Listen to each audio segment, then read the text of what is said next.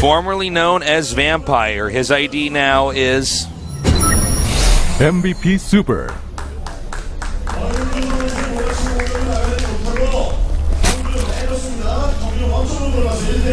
And in the bottom right, can he come back? He is. SK Telecom T1, Sue. Because, you know, frankly, this guy's had the hardest time today with games. He's had more trouble than you would think, especially with the, like, in these last two, I was just so impressed with the early pieces of them. And then, you know, once he did kill that one composition that last game, you know, that was going to be hard for Super to actually make a good composition again since he did lose his third. But still, I think, you know, Sue is... He feels like a Zerg that's just going to be in Code S for a very long time by the look of his play. Like, he's just going to get better and better at some of these situations where he's not playing completely perfectly in. Because a lot of the rest of the game, he really is. He's just, like, so on the ball. It seems like he's really good at the mechanical macro part of the game, but when it comes to the engagements and surrounds and counterattacks, maybe that's where it becomes a bit more stressful. The execution becomes a little bit trickier. I'm trying to think about the part before the end of that last game when he flew the mutas down, didn't really do much, and flew back. And the more I think about it, the more I feel like Sue must have thought that Super would come home or something like that. But the thing is, he saw him chasing him so far back as well.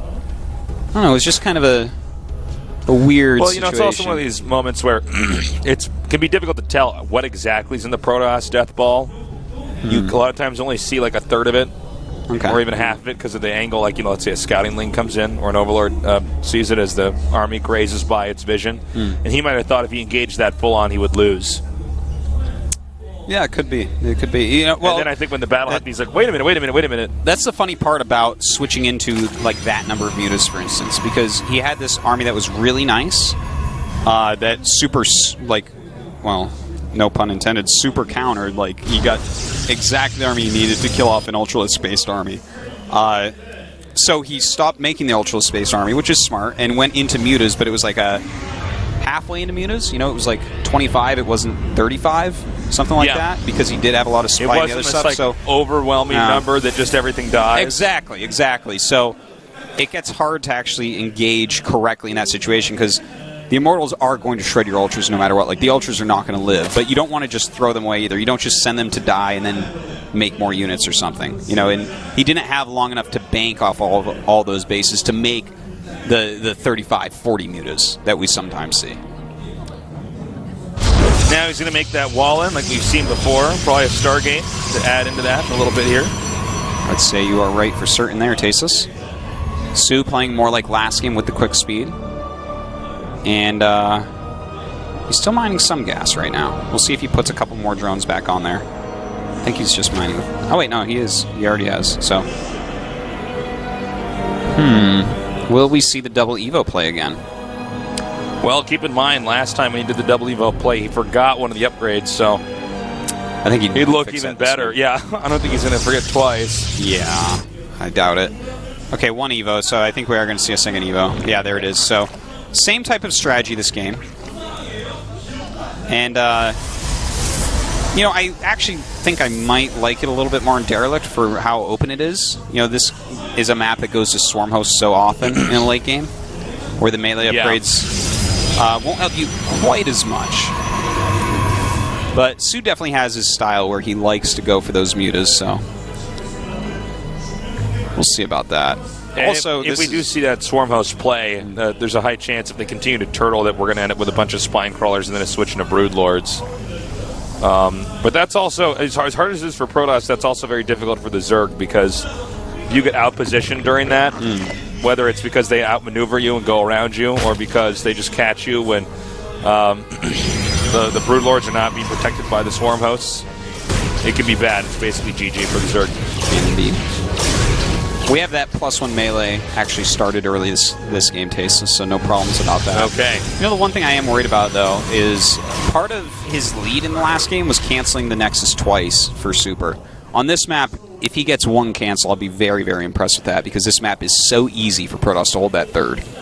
They actually can just make the wall in like 2 seconds. If you're not in there between the time they start the pylon and the time the pylon finishes, you don't get in. If they take the third that's behind the rocks, which most Protoss do. Well, more gases now for the Zerg. Protoss will probably get his third pretty soon here. By the way, +1 attack coming up here, as well as the robotics bay. Well, I do want to see when he's going to take that third. It's definitely going to have to be pretty soon. Phoenixes have scouted out pretty much everything. He's forced a lot of spores. Doesn't look like as many spores as last game. Or as, I guess, actually game number 1 is what I was thinking about. Game number 1. Yeah, that was the one with a ton of spores. That was the one with only 1 Phoenix. Yes, that was the really tricky one. It's actually going into his Twilight now, and still no third base for him. So definitely playing a little bit different here. Think there's a chance he could do a 2-base timing here? I want to say no. If he does a 2-base timing with Colossus this late and a Twilight, I don't know what that beats. I'm trying. Yeah, I don't know what that beats. That beats someone that you're much better than. So it looks like he is going to go down and start clearing out some of these areas. I like that he's taken that as his third, by the way. That's my favorite place to take as a third on this map. It's in the early game you have less you're balancing, so it's easier to defend that one. And then when you want to take a fourth, that's normally when you're balancing so much it's really hard to defend it. So taking it behind the rocks makes it super safe. These queens. What is happening? It's like ping pong. One queen is making them run towards the other queens, and the other queens are making them run back. That one queen really held her own in that game. Yes, she did. All right, the first Colossi is about to spawn here. And, oh, that was actually, I don't... We just cut the tail end. Did he just make a bunch of spores and then cancel? No, those were spines, and that was, I don't think that's what we just kind of showed you on the observer screen. I think that was, he thought a 2-base all-in was coming for a second. There was like, where's your base? And then he realized what was going on. Oh, okay. So we do have the Spire on the way, as well as the Hive. We actually never got that +2 melee attack going. What is going on with this? Huh. Generally, guys, I mean, if you never make 2 evolution chambers, 2 engineering bays, 2 forges, it's non-stop on the upgrades. You don't. You can't be fickle on that. You just get the upgrades out as fast as humanly possible, and then you can focus on whatever else you want to focus on. Yeah. But it seems like once again, Sue making an error here. Yeah, it's not a. It doesn't look quite as big as last game yet, but definitely kind of questionable there. Now, we do have a lot of gates being added. Immortals already coming out. Super is really on top of what's going on in this game, making the right type of composition. Now, the Spire is finishing up definitely earlier than we saw before. Are we going to see Mutas pop out? I don't think so, not yet. I think he is going to go Ultra first. But that's, I mean, with the Immortals already on the way and the Saint Robo already making? And now he's going to come in again here. These Phoenixes actually being worth their weight right now. Like, it's considering Phoenixes don't weigh anything in cases they float. I guess I was actually meaning they're worth their weight in gold, and then I was like, well, I mean, that's actually a lot. I would think the Phoenix would, in fact, be pretty heavy, so I just kind of... They're worth about 150 minerals and 100 gas. Taking out the drone here.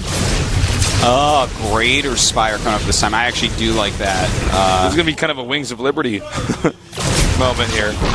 I like that call overall here, because this unit composition, he doesn't even need to go into Ultra. He can actually just go into Broodlord. Well, the Protoss is already making a bunch of Immortals. By the way, the Protoss is actually going to push out here. Now, this is a great timing. There's not much of an army. In fact, as this starts to move out a little bit, some Ultras do start. Oh, he's got to be careful. He doesn't want to lose anything right now. This is actually a pretty scary attack timing here from Super. If he gets in before Broodlords, his army is perfectly situated to win the battle. But all Super really needs to do is hold on until he has those Broodlords, and then Super kind of has to back up and get into some different tech, or really commit to Stalker with his Colossi. Yeah. Super may have waited for too long. The Greater Spire's already done, and now 6 Broodlords are on the way. And it looks like the way this is timed out, Super will actually hold his just win, Su will hold this just when Super decides to attack. Here he goes. He's starting the attack right now. So, no, just poking into the creep. He should be starting any second. Okay, he's seen the Greater Spire at this point, so he knows that time is of the essence. Now, he might think that the Broodlords are actually being made right now, but in fact, they're already finished. And now it looks like Super's apprehensive about pushing in. 2 more Colossi join the group, though. Still scouting, trying to figure out where are these units, how many does he have of each. More Ultras on the way, some Corruptors as well. Don't forget, there are a couple of Void Rays out, so those can be pretty helpful. Okay, here come those Broodlings now. And he's going to try to send these links over here. Good choice to Time Warp out of there. That was going to be kind of brutal. But, you know, what does Super do from here? Zerg's now going to get his 5th base up. Super hasn't taken a 4th yet. Or he's just now taken a 4th as I finish that sentence. Looks like he's going to go into Void Ray production. He's adding a second Stargate, but no Fleet Beacon, so it doesn't look like it's going to be Tempest. And, I mean, that's fine. He can go for Void Rays. They can deal with the Corruptors even better. Look at this. Beautiful play here by Su. He's going to counter hit Super's Nexus over here. Now Super has to decide, do I go back and defend, or do I try to do a base trade? And either really isn't good. It's a lose-lose situation. Yes, this is absolutely lose-lose stasis. He's going down to 2 bases from here, trying to do some harassment with those Zealots because he does want to bleed that supply off. But this is really, really bad. He's on 2 base economy right now. He's going to have to remake that Nexus. He kind of needed the 4th base as he was moving out to be in an okay long game position, but I think he thought he was going to be able to hit that timing against an Ultralisk-based army, and maybe he thought Su was going to go into Mutas again. Well, from here, I don't think that Super can win. Super's now trying to remake his 3rd over here at the would-be 4th. But, I mean, look at how much money Zerg's got banked up. Zerg is maxed out. The Protoss Army's going to try to move out again. He doesn't have a Mothership Core with that, does he not? Am I missing something? He did before. I'm not sure if he left where it went, somewhere. actually. I think he probably still... No, it's not there. I don't see it. Oh, there it is. Looks like he just kind of messed up on his hotkeys a little bit. Well, that might cost him the game since his army can get isolated up here. And Zealot's coming in. Not going to be able to do it. Definitely one of the most important things on Aklon Waste is you go into the very late game against Zerg. You've got to be trying to deny their 5th base. That's the 4 bases you're not going to be able to do anything against, but that 5th base is the one that you have the opportunity. And he's not able to do anything against it yet. So right now the zoning of Su is really nice. The creep spread quite decent. We have a what looks like a Warp Prism harass in the bottom right main. Already some spines in here. This is still going to be pretty annoying to deal with unless he catches that Warp Prism. And by the way, he did add the Fleet Beacon just a little bit late. Kind of was in the mind that he didn't have a Stargate and wait until the second one finished to make it. But he is going Tempest, and that's going to help out for sure. All right, they're going to try to regroup now. Yeah, we're in endgame right now. These are all the endgame units. The Dark Shrines coming here for DT harass. Yeah, unless there is one very one-sided engagement, which would come from Su, this game will probably go on for a pretty decent amount of time. So now he's walking up here, trying to get some damage done, bringing up all his Immortals. Those Ultras going to have to wait. He does not want to engage with just the Ultras. That's definitely a fight that Super would want to take. Here come the Colossi now. And all these Colossi on the run. The Corruptors are just destroying them. Wow, and without the Mothership Core there, he cannot even get out of here, losing 2 of the Colossi. It looks like he might even end up losing another one. He continues to push forward here, and this army is just not situated to beat this at all. Like, this is almost down to just Stalkers. And just Stalkers against basically anything sucks after the first 15 minutes or so of the game. And you can see he's trying to micro his heart out right now. Meanwhile, Zerg's remaxing 4K minerals right now, 3.5K gas. Those are some very bruised Stalkers, all of which almost have corruption on them, so taking additional damage as well. Ooh, a ton of Queens coming over. They'll be able to sit under these Broodlords, keep them alive forever. Anything that pops out, these are going to kill. Oh, God, this is This is Sue's game, Tasteless. Yep, Sue's going to win this, and that means that That's it right there. That's the give up. Super is going to be out. The first person to lose today here in Group C of the round of 16. GG. And once again, Sue shows that he gets into the late game in a beautiful way. Really well done by Sue. Super actually played quite well in this set of PVZs, I feel, but Yeah, he did. that last game, I think he was pretty sure that Sue was going to do exactly what he did the game before. He went into the Immortals a bit quicker. He was just kind of ready for that exactly. He didn't take his fourth base very quickly or anything, and he paid for it because it was the much quicker Greater Spire, which was actually something we were talking about in Derelict as well, that going into the Greater Spire is a strong choice also. Well, that does it for our Protoss player, man. It is kind of sad.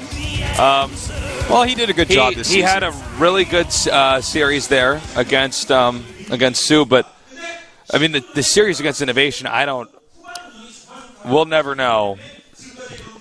It wasn't that good, but we'll forget about that.